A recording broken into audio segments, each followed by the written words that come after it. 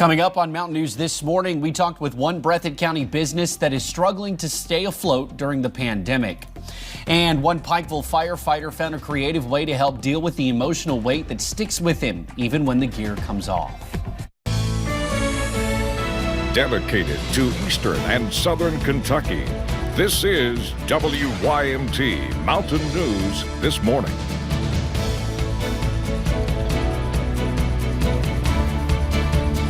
Good morning. It is 3 minutes after 5:30 on this Thursday, July the 9th. I'm Will Puckett. Thank you for tuning in to Mountain News this morning.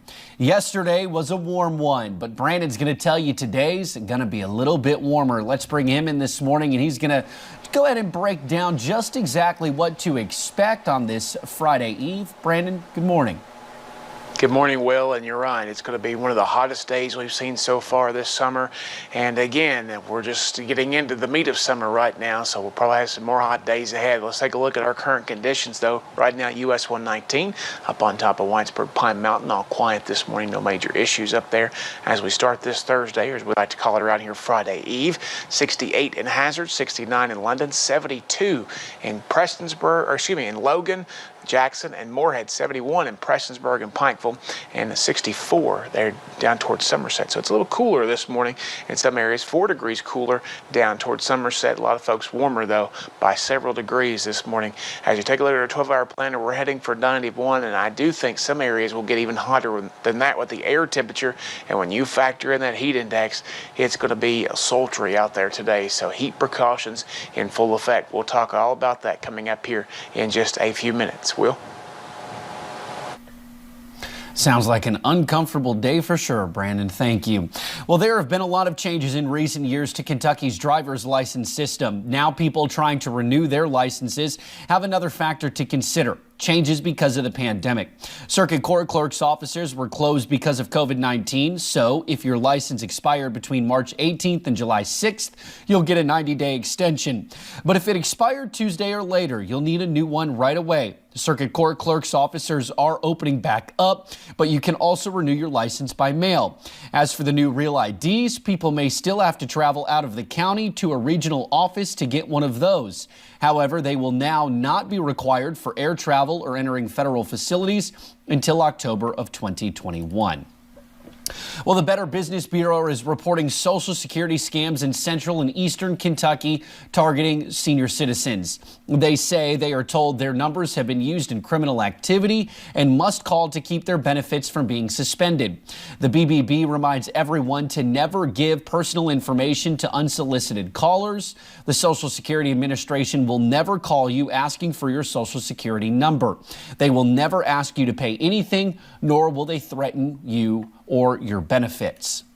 Well, in Laurel County, 2 people are facing drug charges after a traffic stop there. Joseph McNally and Deronda Newberry were arrested Tuesday night. The London police say their car was stopped for not having a visible registration plate. Following a search of the vehicle, a hidden plastic baggie was discovered containing meth.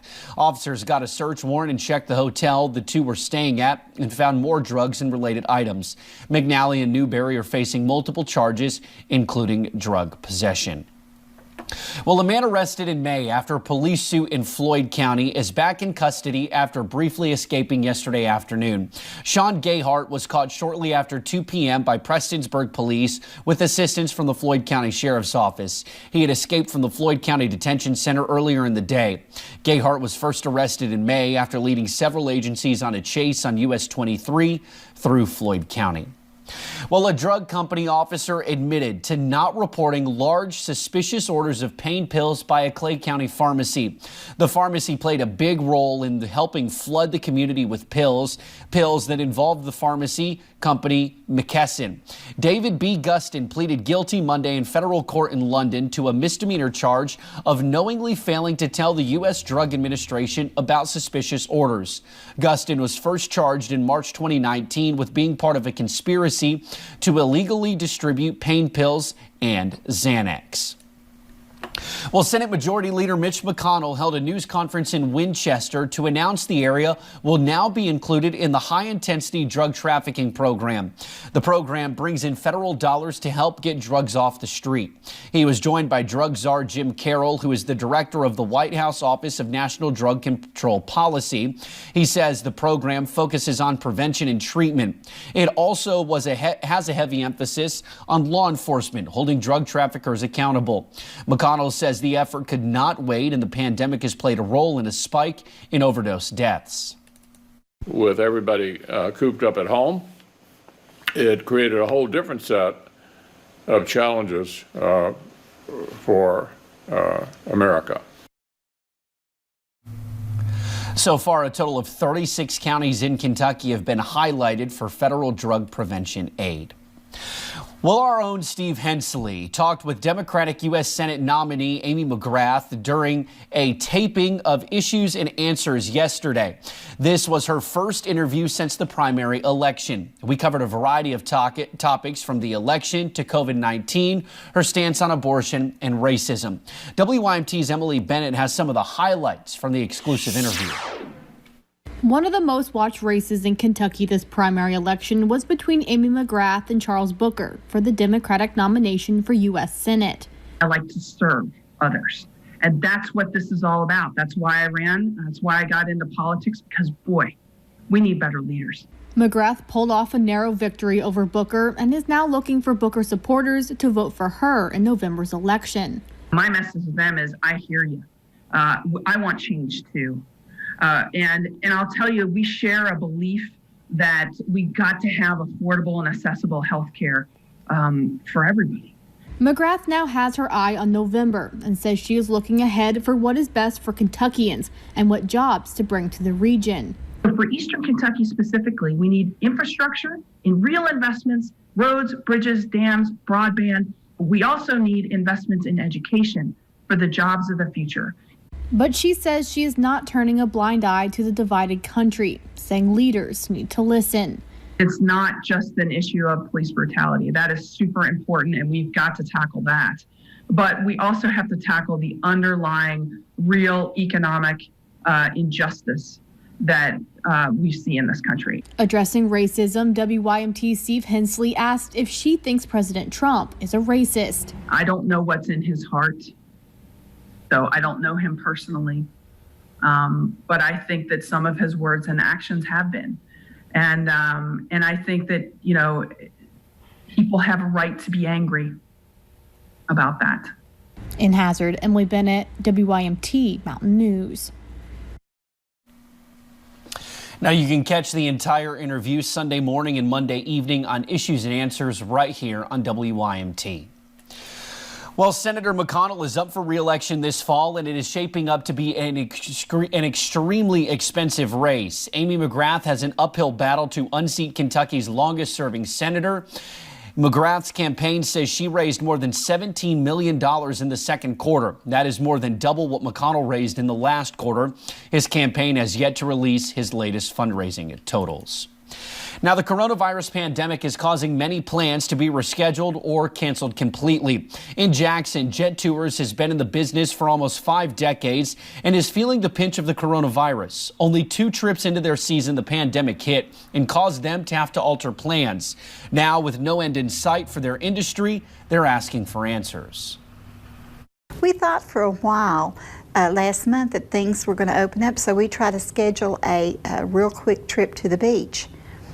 It got so bad with so many cases, we couldn't take those people there with that, you know. I mean, we wouldn't do that to us or to our people, to our family, our customers.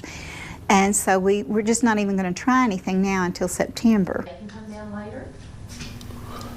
Jet Tours averages about 56 people per bus and have to have more than 30 to break even.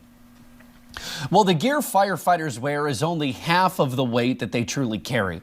The hoses and equipment are no match for the calls that stay with them long after the sirens are gone. WYMT's Buddy Forbes spoke to one Pikeville firefighter who is finding a creative way to shoulder that weight. Being a firefighter is about a lot more than fighting fires.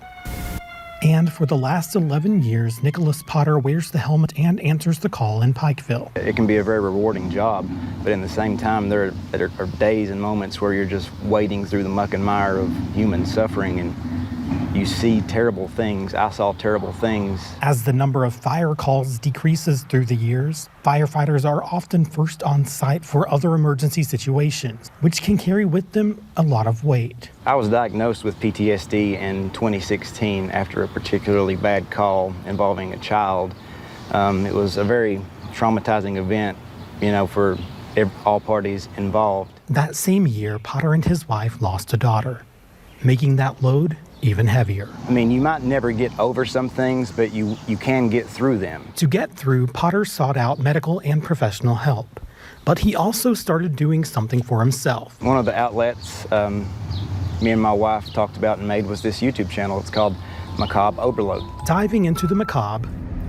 We're on our way right now to the gravesite of Octavia Hatcher, who was presumably buried alive about 100 to escape from the mire of his own head. Yeah, it gives me a good outlet because it's something I'm interested in, true crime and ghost stories and spooky stuff. Finding the light in the darkness. For the longest time I was afraid of being considered weak for seeking help, but you have to seek help, and that is the first step in recovering. And shining that light on the importance of mental health. In Pike County, Buddy Forbes, WYMT Mountain News. Now, Potter released 2 videos, one about the legend of Pikeville's Octavia Hatcher and another about serial killer Donald Harvey. Those are available on his YouTube channel, McCobb Overload.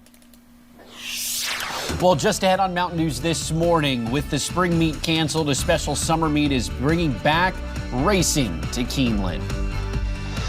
And the forecast today, we could see some dangerous heat, especially when you factor in that heat index. I'll track it out for you about 3 minutes.